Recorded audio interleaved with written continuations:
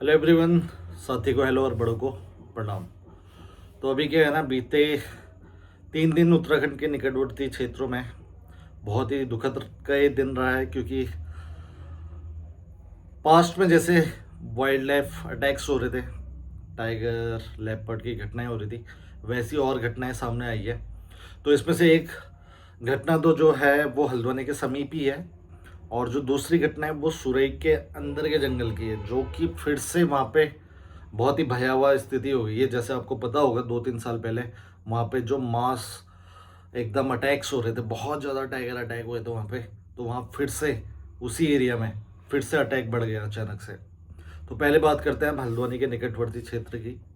तो हल्द्वानी के निकट ही एक जगह है सूर्यजला, सूर्य गांव। आप लोगों ने सुना होगा, अगर सुना नहीं है तो मैं बताता हूँ। नैनीताल रोड की तरफ हम जाते हैं, भुजिया घाट करके एक जगह आती है।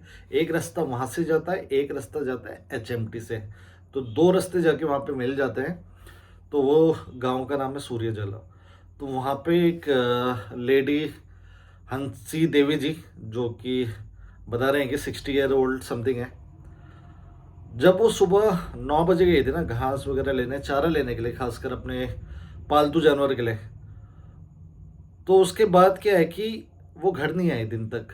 और उसके बाद वाले जब परिवार वाले एकदम होते ही है कि यार जो 2-3 घंटे में घर आ जाते हैं, अगर घर नहीं आ रही है तो एकदम जो हलचल होती है ना, वो आपको पता ही होगा, बहुत दुखद हलचल हो जाती है। तो गांव वालों ने सब ने ढूंढना स्टार्ट करा, और फिर शाम के टाइम में, इवनिंग के टाइम में, अंधेरे के टाइम में उनके कुछ कपड़े वगैरह मिले। फिर वन विभाग वगैरह आए, फिर बहुत गहन पूरे मतलब 7-8 घंटे, 9-10 घंटे लगे ढूंढने में। फिर जाके उनका शव बहुत वो है, फिर उनका शव प्राप्त हुआ, जो कि खाया भी गया था। और काफ़ी दुखद है। सबसे पहले तो उनकी पवित्र आत्मा की शांति की हम प्रार्थना करते हैं भगवान से। और उसके बाद जब कपड़े मिले उसके बाद ढूंढा ढूंढा ढूंढा, फिर जाके शव प्राप्त हुआ, वो भी खाया हुआ था। तो उसमें क्या है ना, पहले तो ये हो रहा था कि लेपर्ड अटैक है। हालांकि फॉरेस्ट की ओर से कोई कंफर्मेशन नहीं दी गई है कि टाइगर है लेपर्ड है। आपको भी पता है इस मामलों में बहुत संगीन होती है, और जब पूरा कंफर्मेशन ही होता है उसके बाद ही बयां किया जाता है कि ये क्या था। कई बार अपने पास में देखा है कि जैसे हम नौकुचिया दाल की बात कर रहे हैं, 2-3 महीना हो गया था, उसके बाद पता चला कि वो तो टाइगर था। और कई बार क्या होता है ना कि जैसे जंगल में आप क्या देख रहे हैं, अभी पत्ते वगैरह गिर जा रहे हैं, तो पॉ मार्क्स होते हैं, जो पग मार्क होते हैं टाइगर के या लेपर्ड के, वो जब नहीं मिलते हैं तो फिर ये कहना कि किसने किया वो थोड़ा सा मुश्किल हो जाता है। तो यहाँ पे भी वही है, फॉरेस्ट डिवीजन का कहना यही है कि कंफर्म DNA के बाद ही किया जाएगा। जहाँ तक है, कुछ लोगों ने ये भी अनुमान लगाया कि टाइगर के द्वारा किया गया ये हमला है। जिस हिसाब से घसीटा था, 2-3 किलोमीटर अंदर तक ले गए थे, और जिस हिसाब से खाया था, उसके अकॉर्डिंग ये भी अंदाज़ा लग रहा है टाइगर है। और टाइगर का दूसरा अंदाज़ा इसलिए लग रहा है, उस एरिया में टाइगर भी दिखते रहता है। आपको मैंने बताया कि HMT के क्षेत्र में टाइगर है, तो वहाँ पे हमने देखे भी है, आपको हमने काफ़ी बार प्रूफ भी दिया है। HMT जो अभी पूरी फैक्ट्री बंद हो गई, पूरा जंगल सा बन गया, उसमें भी टाइगर रहता है। उसके पार हमने हेड़ा खान के एरिया में भी टाइगर देखे, और ये जगह में भी बताया जा रहा है कि टाइगर रहता है, और उसके आगे 7 ताल में भी टाइगर रहते हैं। तो यहाँ भी काफ़ी अब टाइगर होने लगे हल्द्वानी के निकटवर्ती क्षेत्र में।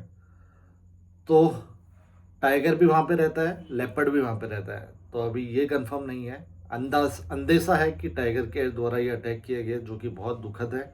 और वो अकेले ही जंगल गई थी। हम अक्सर कहते रहते हैं अकेले नहीं जाना है, नहीं जाना है, लेकिन जब अकेले जाते हैं ना, आपने देखा होगा, नोटिस किया होगा, हमेशा मतलब मैक्सिमम केसेस में लेडीज़ पे ही टारगेट किया जाता है टाइगर या किसी अन्य वन्य जीव के द्वारा। और वहाँ पे जब कोई ज़्यादा लोग नहीं होते तभी अटैक होता है। उसका एक कारण तो ये है कि गुमसुम होकर काम करते हैं, घास बीनते हैं, पत्ते बीनते हैं, उस समय कोई आवाज़ शोर नहीं निकालते हैं, एकदम गुमसुम होते हैं। लेकिन उस समय क्या होता है ना, जब पत्ते वगैरह उठाते हैं, हाथ पाँव की मूवमेंट से पत्ते वगैरह हिलते हैं, और टाइगर या लेपर्ड अगर पास में होगा तो उसको लगेगा कि उसका शिकार है। एक तो कई बार वो इस अंदेशे से कि उसका कोई शिकार है, क्योंकि जंगल में वो अपेक्षा नहीं करता है लोगों की, तो वो ऐसे ही अटैक कर देता है, जो कि इंसिडेंटली अटैक कहते हैं या फिर एक्सीडेंटली अटैक कहते हैं। ऐसे में हादसे हो जाते हैं। या फिर यही रहता है कि उसके बच्चे आसपास हो तो उसको बचाने के लिए सेल्फ डिफेंस में किया हुआ वार।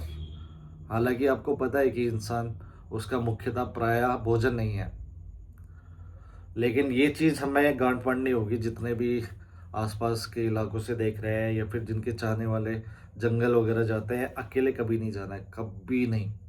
अभी पास की बात है, हल्द्वानी के निकट ही एक केस हुआ था। वहाँ पे जब मैं गया था लोगों से वार्तालाप करने, तब मुझे पता चला कि उनके पड़ोस वाले बच्चे वगैरह वो सब अम्मा के वहाँ रखते थे। अम्मा अकेले रहती थी, लेकिन जब वो जंगल जाती थी ना, कोई नहीं कहता था उनको जंगल क्यों जा रहे हो, या कहा होगा तो एक दो बार कहा होगा, वैसे जाने ही नहीं दिया जाता, या फिर किसी औरों के साथ भेजते तो वो हाथ से नहीं होते।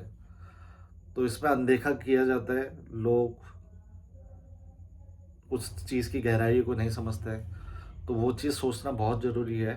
तो ये हादसा भी कहीं उसी चीज़ को बयां करता है, जहाँ पे महिला अकेली गई थी और काफ़ी दुखद स्थिति है घर पे। और जो इनके बेटे थे बताते हैं कि नेशनल प्लेयर रह चुके हैं इंडिया के, जो कि बहुत बड़ी उपलब्धि है। हल्द्वानी जैसी जगह में 2 नेशनल प्लेयर की माँ के साथ बहुत दुखद हुआ है, बहुत दुखद। और बाकी अभी हम आपको लेके चलते सुरई की घटना की तरफ, तो वहाँ पे क्या हुआ। और जो दूसरी घटना हुई वो सुरई खटीमा के पास ही है। सुरई जब हम जाते हैं पीलीभीत की तरफ तो आपने देखा होगा सुरई जंगल सफारी भी होती है, उसके समीप उसके अंदर ही गेट के अंदर एक गांव है बग्गा चौवन, जो कि पहले खत्ता था, अब खत्ता बहुत बड़ा हो गया है। राजस्व गांव बनने की बहुत ज़्यादा मांग है वहाँ। तो वहाँ बीते 3 सालों में बहुत हादसे हुए हैं, 3 सालों में बहुत सारे हादसे हुए हैं। और अभी फिर से एक दिन पहले वहाँ पे बहुत बुरा हादसा हुआ, जहाँ पे गोपुली जी, जिनकी उम्र बताते हैं 71 साल है, वो अन्य महिलाओं के साथ गई थी जंगल पे पत्ते और चारा लेने के लिए।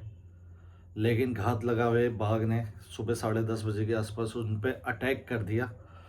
और बाकी लोग थोड़ा सा दूर थे, जब उनको पता चला तो उन्होंने चिल्लाया हल्ला वल्ला करा, लेकिन बाघ क्या है ना 30 मीटर अंदर ले गया बताते हैं।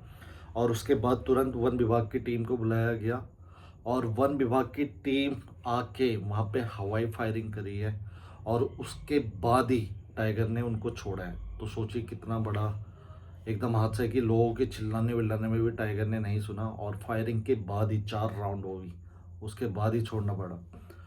तो बहुत ही दुखद है। तो भगवान से प्रार्थना करते हैं उनकी आत्मा को शांति प्रदान करें। और वहाँ पे क्या है ना बहुत खतरा रहता है, तो लोग क्या है कुछ टाइम तक अवॉइड करें, ये हम चाहते हैं। और वन विभाग भी सतर्क करे ताकि वहाँ पे ऐसा कॉन्फ्लिक्ट ना हो, क्योंकि पीछे 10, 12, 13, 14, 15 लोगों पे अटैक किया है कुछ साल पहले। तो बहुत वहाँ पे दुखद हादसे हुए थे सफारी जोन के पीछे ही। तो वो एरिया बहुत ही कॉन्फ्लिक्टेड रहता है हमेशा ही, जैसे सुरई और पीलीभीत आपने पास्ट में बहुत बहुत टाइम से सुना होगा, वहाँ ऐसे हादसे बहुत ज़्यादा होते हैं। तो फिर वही है। और बाकी हम कंटिन्यू कहते हैं कि लोगों से कि अकेले ना जाए, भेजे, अकेले नहीं भेजें। तो अभी भी अपील है खासकर वन विभाग वालों से, वो बहुत ज़्यादा सतर्क करें लोगों को, है ना। अपनी ड्यूटी समझे, अपनी घर की बात समझे, ताकि ऐसे हादसे ना हो। और लोगों को भी विनती है कि आप भी वन विभाग की बात समझें और उस चीज़ को सतर्कता से लें, और ऐसे हादसे ना हो, हम ऐसी विनती करते हैं। तो भगवान से प्रार्थना है, और आप लोगों से मिलते हैं दोबारा, तब तक bye bye, take care, be safe, save animal.